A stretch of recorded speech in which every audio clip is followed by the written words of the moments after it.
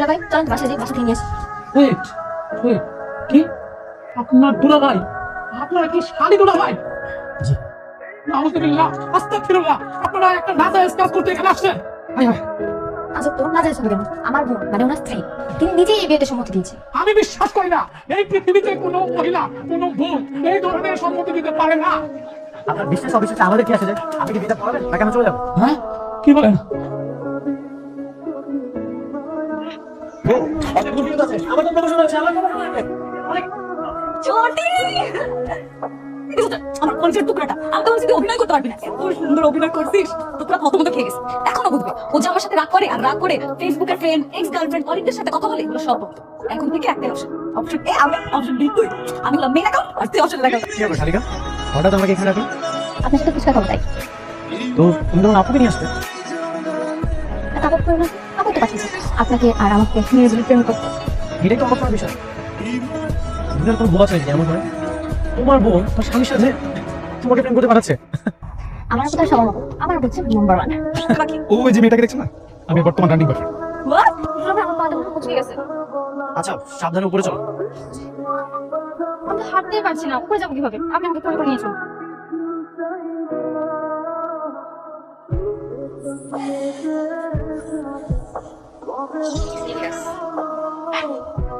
কাছে গেল দুটো কমে খাওয়াতে।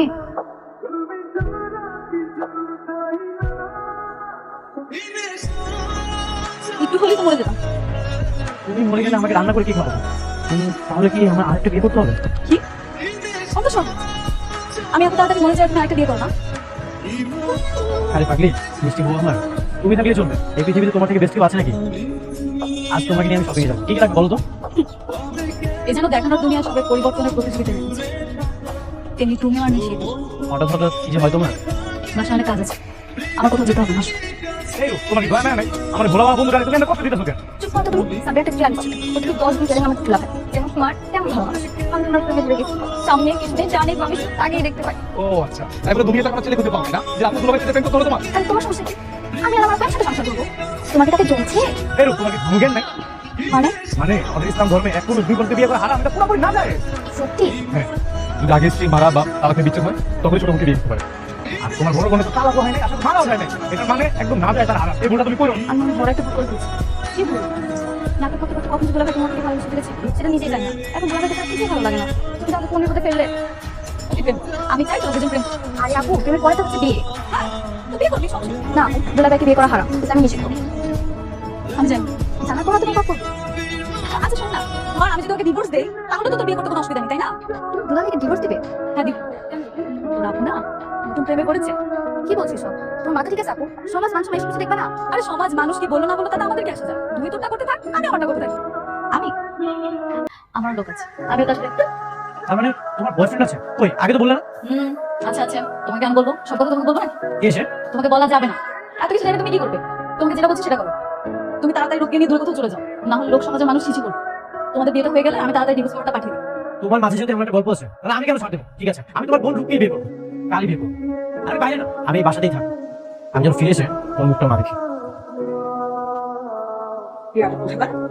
নিজে পরকিয়া করো, আর তোমার পরকিয়ার সুবিধার জন্য তুমি আমার ছেলেকে তোমার বোনের সাথে বিয়ে করতে পারতেছো? ছি ছি ছি, কি হলো? তুমি দিচ্ছ না কেন? জবাব দাও। মা, আজ যদি একটা কথা আমি কাউকে বলিনি, সেটা আপনাকে বলবো। বলো। আপনি কাউকে বলবেন না তো? না। আমি কোনো পরকিয়া করি না। তাহলে মিথ্যে কথা বলে ওদেরকে একসাথে পাঠালে কেন? মা, আমার ব্রেন ক্যান্সার। আমি আর বেশি দিন বাঁচব না। কি করো? এই মিথ্যাটা তুমি কেন বললা? কারণ আমি চাই ওরা তাদের স্বেচ্ছায় একে অপরকে বিয়ে করবে। রিপোর্টটা কই দেখি।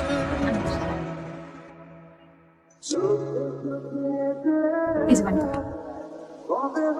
দেখো বড় কথা, তোমার বয়স কি 42? আহাম্মক দেখছি, তোমার মতো আহাম্মক আমি দেখিনি। কোথাকার ভুল রিপোর্টে ওরা ক্যান্সার হয়েছে মরে যাচ্ছে। আরে যাও আগে বিয়ে থাকাও। ওয়ালাইকুম আসসালাম, কি চাই? এটা যেহেতু কাজে অফিস, তাহলে জিজ্ঞাসা করতেছেন কেন? আমরা এখানে বিয়ে করতে এসেছি। ও আচ্ছা আচ্ছা, শান্ত হন। আপনার বয়স কি 18 হয়েছে? আপা, আপনার বয়স কি 18 হয়েছে? জি, আমার 19 বছর 9 মাস। 19 বছর 9 মাস। আচ্ছা, আপনার আইডি কার্ডটা দিন, জাতীয় পরিচয়পত্র। এটা তো আমি তো ভুলে গেছি। এই যান আপনার কাছে আমি তো আপনি ভুলে গেছি, সমস্যা নেই, আপনি যেতে পারেন, আমরা প্রাপ্ত হয়েছি। না কাজে কিন্তু প্রমাণ ছাড়া কোনো কাজ করে না। আচ্ছা দুলা ভাই চলো বাসায় যাই, বাসা থেকে নিয়ে আসি। ওই, ওই, কি আপনার দুলাভাই, আপনার কি শালি দুলাভাই? নাউজুবিল্লাহ, আস্তাগফিরুল্লাহ, আপনারা একটা নাজায়েজ কাজ করতে এখানে আসছেন।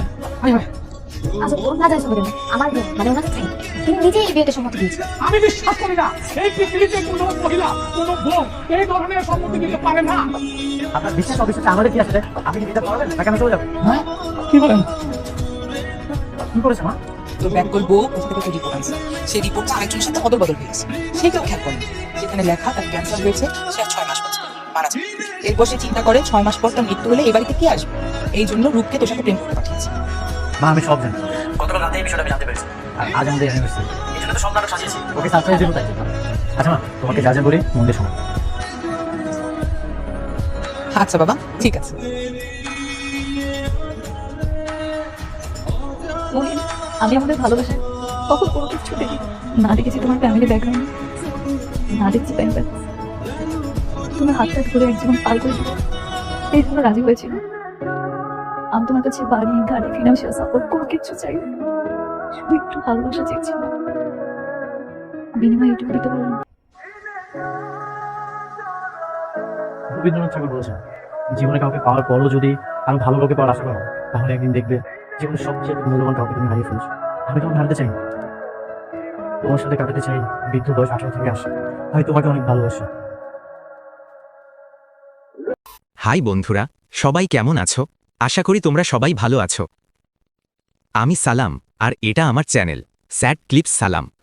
এখানে আমি শেয়ার করি কষ্টের মুহূর্ত, ভালোবাসার ব্যথা আর জীবনের না বলা গল্পগুলো।